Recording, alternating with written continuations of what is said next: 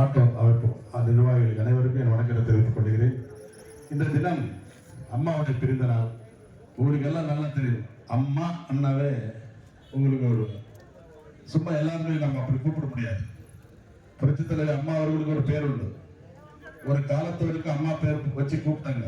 அப்புறமா தமிழகத்தில் இருக்கிற தமிழக மக்கள் மட்டும் இல்லாமல் இந்தியாவில் இருக்கிறவங்க எல்லாம் அம்மாவை அம்மா அம்மான்னு கூப்பிடுறதுக்கு ரொம்ப சும்மா இல்லை. அந்த அளவுக்கு அம்மா தமிழக மக்களுக்கு தாயுள்ளத்தோடு பல உதவிகள், பல வேலைகள் செய்து பல அவருடைய முன்னேற்றத்துக்கு, தமிழகத்தை முன்னேற்றத்துக்காகட்டும், தமிழக மக்கள் முன்னேற்றத்துக்காகட்டும், தமிழகத்துக்காகட்டும் புரட்சித் தலைவர் அம்மா செய்த திட்டங்கள் இதுவரைக்கும் 28 மாநிலங்கள் இருக்குது. 28 மாநிலத்தில் எந்த முதலமைச்சரும் செய்யாத திட்டங்கள் அம்மாவோட செய்தார். அது எல்லாருக்கும் தெரியும். அப்படிப்பட்ட அம்மாவுடைய 28வது பிறந்த நாள் நாம் இன்னைக்கு கொண்டாடி கொண்டிருக்கிறோம். அதுக்கு நீங்க ஒரு நாளுக்கு நீங்க எவ்வளவு சொல்லலாம். புரட்சித் தலைவர் அம்மா ஒரு தாயுள்ளத்தோட ஒரு குழந்தை இருந்து கல்லவை வரைக்கும் புரட்சித் தலைவர் அம்மாவுடைய சாதனை இருக்கும். ஒரு கர்ப்பிணி ஸ்ரீ என்ற பெண் நல்ல ஒரு சிசு கொடுக்க வேண்டும் என்பதற்காக 6000 இருந்தது 18,000 கொடுத்தாங்க. அந்த குழந்தை படிக்கிறதுக்கு எல்லா புத்தகத்திலிருந்து, சீருடையிலிருந்து, சிறப்பிலிருந்து, பேக்லிருந்து எல்லாமே கொடுத்தது புரட்சித் தலைவர் அம்மா.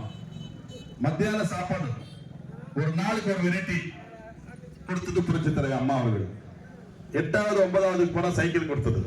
11வது இதுக்கு போனா லேப்டாப் கொடுத்தது. இந்த மாதிரி யாரும் கொடுக்கல. இந்த ஆட்சியில நீங்க பாருங்க, 5 வருஷமா லேப்டாப் கொடுக்கல. டிகிரி படிச்சு முடிச்சுட்டு வீட்டுக்கு போறாங்க இல்லையா, ஓட்டு போடுறாங்க இல்லையா, அந்த ஓட்டு போடுறவங்களுக்கு லேப்டாப் கொடுத்துருக்காங்க. அம்மா அப்படிதான் கொடுச்ச. குழந்தைகள் இருந்து 7வது 8வது இருந்து 11வது படிக்கிறவங்களுக்கு தான் கொடுத்தது புரட்சித் தலைவர் அம்மா. தாலிக்கு தங்கம் கொடுத்தது. நம்மளுடைய அம்மா உலகம் உங்களுக்கு எல்லாம் நல்லா தெரியும். யாரும் கொஞ்சம் பேர் சாப்பிடுறீங்கன்னு நினைக்கிறேன், கொஞ்சம் பேர் தெரியல. ஆனா நான் கூட சேர்மன் இருக்கும் போது அவன் பக்கத்துல சாப்பிடுவாங்க போய் அப்பப்போ. நாம அந்த பக்கத்துல நம்ம அதை ஏற்பாடு நாம தானே இது பண்ணுது. நான் அப்பப்போ போய் சாப்பிடுவோம். சூப்பரா இருக்கும்.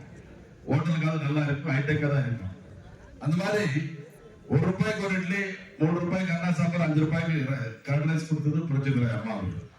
அது மட்டும் இல்ல, கிராமப்புறத்தில் இருக்கிற பெண்கள் வாழ்வாதார மேம்படுத்துறதுக்காக ஆடு மாடு கொடுத்தது புரட்சித் தலைவர் அம்மா.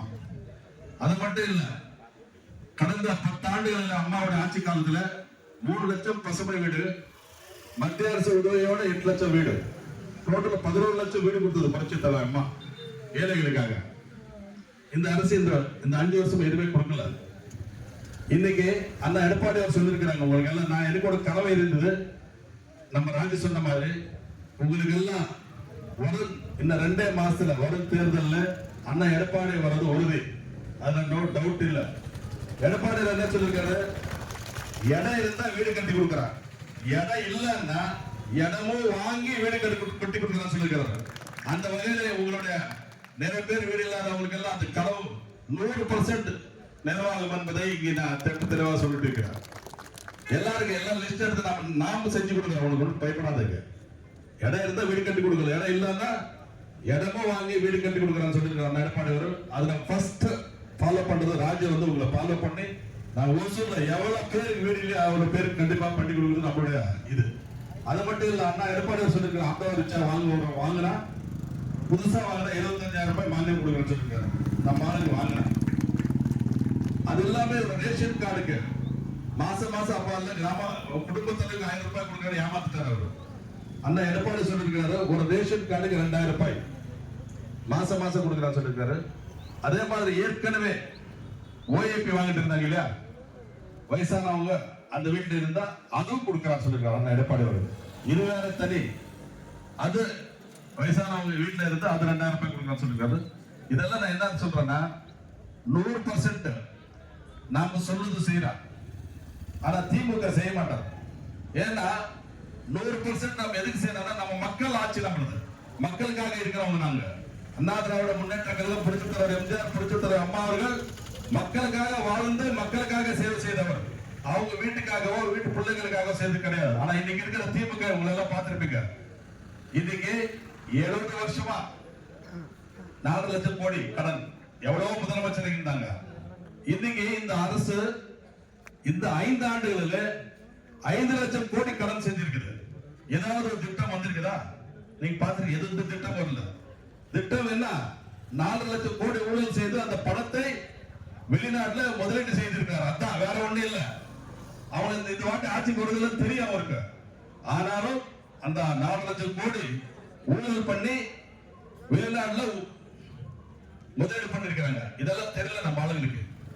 நம்ம ஒரு ரேஷன் கார்டு இருக்கிற நம்ம ஆளுங்க ஒரு தலைமையில 2.25 லட்சம் கடன் நம்ம மேல வந்திருக்குது. இப்போ இந்த 5 வருஷத்துல அவங்க சொன்னதுன்னா விலைவாசி ஏற்றுறது இல்லைன்னாங்க, டாக்ஸ் போடுறது இல்லைன்னாங்க, கரண்ட் பில்லு ஜாஸ்தி ஆச்சு, வீட்டு வரி ஜாஸ்தி ஆச்சு, தண்ணி வரி ஜாஸ்தி ஆச்சு, குப்பைக்கு வரி போட்டாச்சு, அத்தியாவசிய பொருட்கள் விலை எல்லாமே ஏத்துட்டாங்க. இன்னைக்கு ஒரு சாதாரண நம்ம மாதிரி ஒரு குடும்பத்துக்கு 3 லட்சத்துல இருந்து 6 லட்சம் 5 வருஷத்துல நம்ம அதிகமா செலவு பண்ணிருக்கிறோம். எவ்வளவு? 5 லட்சம். ஆனா அவங்க எவ்வளவு கொடுத்திருக்காங்க? அந்த கவர்மெண்ட்ல நாங்க எவ்வளவு பெனிஃபிட்டா இருக்குது? 35,000 கொடுத்திருக்காரு. இந்த 5,000 கொடுத்தாங்க இல்லையா, இது சேர்த்து நம்மளுக்கு வந்திருக்கிறது 35,000. அவங்க நம்ம கிட்ட வாங்கி இருக்கிறது 3 லட்சத்துல இருந்து 6 லட்சம். நம்ம மாதிரி சாமானிய குடும்பம், பெரிய பெரிய குடும்பம் வேற மாதிரி போகுது.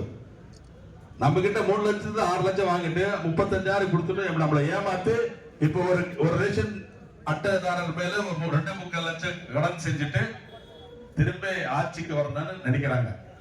இதுக்கு ஒரே ஒரு எக்ஸாம்பிள் சொல்றேன். ஆட்சிக்கு வரதுக்கு முன்னாடி ஸ்டாலின் ஊரா வந்தாங்களா? ஒரு பட்டி வச்சாங்களா இல்லையாப்பா? எல்லாம் உங்களுடைய மனுக்கள், நீங்க எல்லாம் என்ன கோரிக்கை இருக்குதுன்னு எல்லாம் வச்சாங்களா இல்லையா? இன்னைக்கு நம்ம ஒசூர்ல இருந்து விவசாயிகள் சென்னைக்கு போயிருக்கிறாங்க. அவருக்கு ஏதோ ஒரு கஷ்டம், மனு கொடுக்கறதுக்கு அரெஸ்ட் பண்ணி 12 மணி நேரம் ஒரு இடத்துல அடக்கி வச்சு அனுப்பியிருக்கிறாங்க. அன்னைக்கு ஆட்சி இல்லாத போது ஊரா வந்தார் மனு வாங்குறதுக்கு. இன்னைக்கு ஒரு கஷ்டம்னு சொல்லி நம்ம விவசாயி, ஒசூர் விவசாயிங்க சென்னைக்கு போனா பிடிச்சு அரெஸ்ட் பண்ணிருக்கிறாங்க. எப்படி இது நியாயமா? ஒரு விவசாயம் என்ன சும்மாவா? நாங்க எல்லாம் சாப்பாடு எல்லாம் யாரு கொடுக்குறது? நம்மளுக்கு ஒரு விவசாயி தானே. ஒரு விவசாயிக்கு ஒரு மரியாதை கொடுக்கணுமா வேண்டாவா?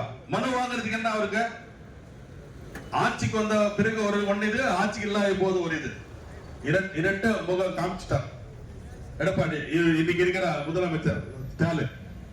அந்த ஆட்சி வரதில்லை. அதுல 100% கண்டிப்பாக எதிர்காலம் நம்மளுடைய அந்த எடப்பாடி வருது உறுதி. நீங்க எல்லாம் நம்மளுக்கு எல்லாம் ஹெல்ப் பண்ணணும். உங்களோட பின்னாடி நாங்க இருப்பா. நீங்க எல்லாம் ஒழிக்கிறவங்க பின்னாடி மக்களாக நான் உங்களோட இருந்து உங்களுக்கு நான் ஹெல்ப் பண்றேன்.